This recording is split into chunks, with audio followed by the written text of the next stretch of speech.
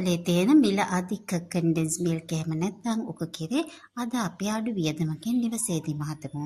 මේකට අවශ්‍ය වෙන්නේ අමුද්‍රව්‍ය මෙන්න මේවා තමයි මම පාවිච්චි කරන්නේ. මම ගන්නවා රතු සීනි, හරි සුදු සීනි අවශ්‍ය නම් කමක් නැහැ.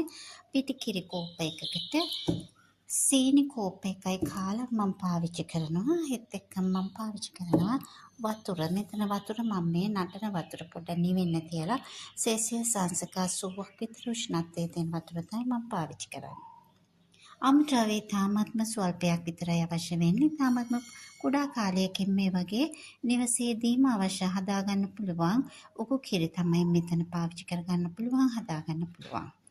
අපි බලමු කොහොමද මේක හදන්නේ කියලා. මේ බ්ලෙන්ඩර් ජාර් එකට මම එකතු කරගන්නවා මගේ උණු වතුර ටික ඉස්සෙල්ලම. උණු වතුර කෝප්පේ. ඒත් එක්කම මගේ පිටි කිරි කෝප්පේ මම මේකට දාගන්නවා. ඒත් එක්කම සීනි. මෙම ද්‍රව්‍ය සියල්ලම විනාඩි 5ක් පමණ මම මේක බ්ලෙන්ඩර් එක මාර්ගයෙන් හොඳින්ම කලවම් කරගන්නවා. සියලුම ද්‍රව්‍ය බ්ලෙන්ඩ් වුණාට පස්සේ මට ලැබෙනවා මෙන්න මේ ආකාරයේ උකු ද්‍රවණයක්. මෙන්න මේ උකු ද්‍රවණය මට දැන් පුළුවන් රුපියේ තියලා තව ටිකක් මේක උකු කරගන්න. එතකොට මේක උකු වෙන ධර්මයට තමයි අපේ උකු කිරියක හොඳටම හැදෙන්නේ. එතකොට මේකට යන වෙලාව ඉතාමත්ම කුඩායි. ඒත් එක්කම අමුද්‍රව්‍ය ලේසියෙන් හොයාගන්නත් පුළුවන්. මේ වගේ හැදිච්ච මේ වගේ උකු කිරි ප්‍රමාණය මේක තව ටිකක් උකු කරගන්න පුළුවන්. ලිපේ තියලා උණු කරගෙන අපි දැන් බලමු කොහොමද ඒක කරන්නේ කියලා. මේ විදිහට තමයි අපගේ මේ කන්ඩෙන්ස් මිල්ක් එහෙම නැත්නම් උකු කිරි මිශ්‍රණය අපිට පුළුවන් වෙන්නේ උකු කරගන්න. මේක නොනවත්වාම මිශ්‍ර කරන්න ඕනේ. එහෙම නැත්නම් කිරි කැටි ගැහෙන්න බලනවා. ඒත් එක්කම මිශ්‍රණය තැන් වල එකතු වෙන්න බලනවා. ඒක නිසා මේක නොනවත්වාම හැඳි ගාගෙන ටිකක් උණු වෙනකම් පිස ගන්න ඕනේ. මෙම ක්‍රමයට නිවසේදීම හදන මේ වගේ උකු කිරේ ඉක්මනින්ම භාවිතා කරනවා නම් හොඳයි. ශීතකරණයේ දැම්මොතින් මේක තියාගන්න පුළුවන් සුමානයක් විතර. ඒ වුණාට මේකට උපදේශක් විදිහට දෙන්න පුළුවන් ඉක්මනටම භාවිතයට ගන්න කියලා. මොකද වෙළඳපොලේ තියෙන උකු කිරි එහෙම නැත්නම් කන්ඩෙන්ස් මිල්ක් වලට කලරින් ඒජන්ට්ස් ඒත් එක්කම දානවා කල් තියා ගැනීමේ ද්‍රව්‍ය. අපි ඒ කිසිම දෙයක් එකතු කරන්නේ නැහැ. මේකේ තියෙන තනිකරම ස්වභාවික ද්‍රව්‍ය පමණයි.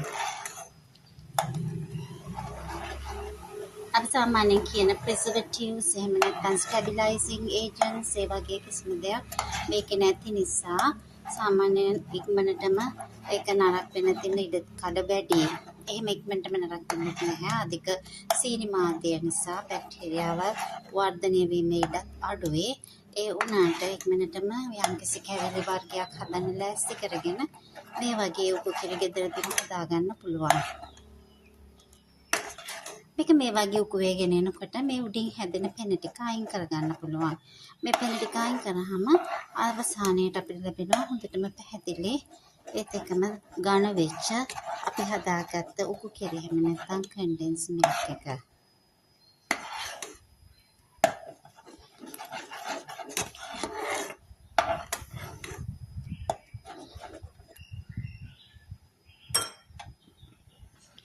මෙම පදමට බුබුලු දමමින් උකු වේගෙන යනකොට අපිට මේක තවදුරටත් රත් කිරීම අවශ්‍ය නැහැ. මොකද මේක දැන් කාම උෂ්ණත්වය දක්වා නැවතත් සිසිල් වෙනකොට තවදුරටත් මේක උකු වෙනවා. එතකොට මේ වගේ උකු ප්‍රමාණයක් උකු කිරි ප්‍රමාණයක් අපිට ලබා ගන්න පුළුවන්. මේක ඉතාමත්ම පහසුයි. ඉතාමත්ම ස්වල්ප වේලාවකින් හදාගන්න පුළුවන්.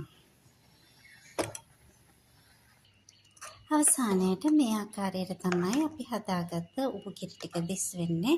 අපිට මේ වගේ භාජනයකට දාන්න ඔබට බලන්න පුළුවන් කොච්චර උකු වුණාද කියලා. මේ උකු වීම ඉතාමත්ම ඉක්මනින් සිද්ධ වෙනවා. ඒත් එක්කම සමහර වෙලාවට මෙතන සීනි හරියටම උකුනේ නැත්නම් හරියටම කැරඹුනේ නැත්නම් සීනි කැලේ රැඳෙන්නත් පුළුවන්. ඉතින් එහෙම වෙන්නේ නැතුව අපිට පුළුවන් ඒක හදාගන්න. දිගටම හැඳි ගෑම තමයි මේකේ විශේෂත්වය. මේ තමයි අපි හදාගත්ත උකු කිරි එහෙම නැත්නම් කන්ඩෙන්ස් මිල්ක් අවසානයේ දිස්වන ආකාරය. මම මේකට රතු සීනි භාවිතා කරපු නිසා තමයි මේකට මේ වගේ බ්‍රවුන් කලර් එකක් එහෙම නැත්නම් පොඩ්ඩක්කට අවශ්‍ය ටිකක් තද වර්ණයක් ලැබුණේ. එහෙම නැත්නම් සුදු සීනි පාවිච්චි කරන්න පුළුවන් නම් මේක මීට වඩා මේ වගේ පැහැදිලි පාටක් එනවා.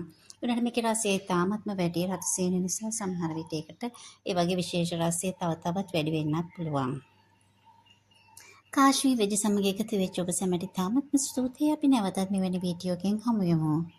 ඔබට සුබ දවසක්.